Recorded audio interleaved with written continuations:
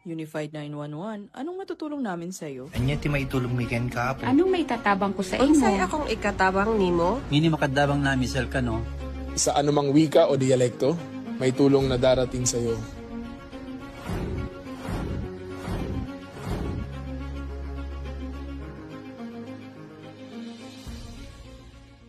Lilingkod sa bawat Pilipino at magbibigay ng tamang impormasyon para sa tahimik at maayos na Pilipinas. Police News Network, alagad ng batas, tagapagtaguyod ng balitang pulis, sandigan ng mamamayan, patnubay ng katotohanan.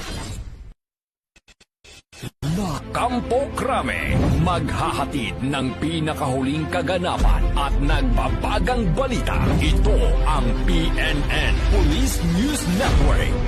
At ngayon, ang inyong mga tagapagbalita.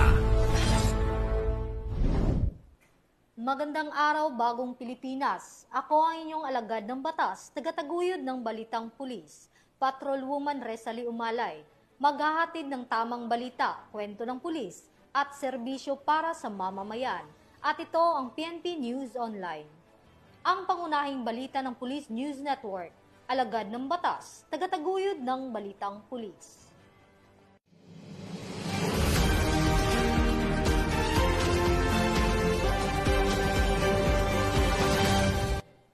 Narito ang mga balitang nakalap ng ating mga PNN correspondents mula Luzon, Visayas at Mindanao.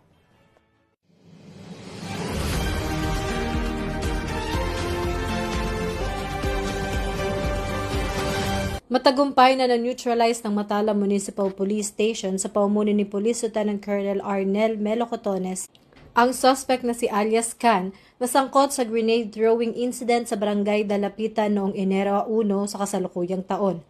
Isinagawa ang hot pursuit operation sa barangay Kilada, Matalam, Cotabato, katuwang ang 1st Cotabato Provincial Mobile Force Company.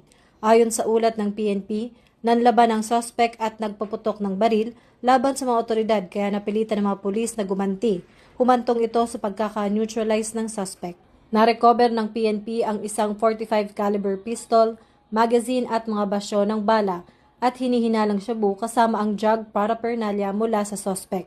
Pinagtitibay ng operasyong ito ang mahigpit na paninindigan ng Philippine National Police sa pagpapatupad ng batas at pagpapanatili ng kapayapaan at kaligtasan ng publiko.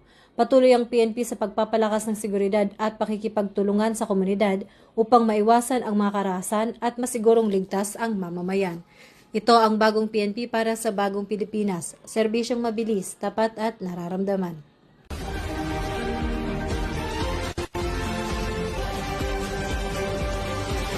Nakapagtala ng 0 firecracker at pyrotechnic-related injuries ang lalawigan ng Basilan sa pagdiriwang ng bagong taon 2026 ayon sa mga opisyal. Sinabi ni Basilan Police Provincial Director, Police Colonel Zarazid Umabong, na walang naitalang insidente sa mga lugar ng Basilan na nanatili rin umanong mapayapa ang lalawigan sa buong Yuletide season.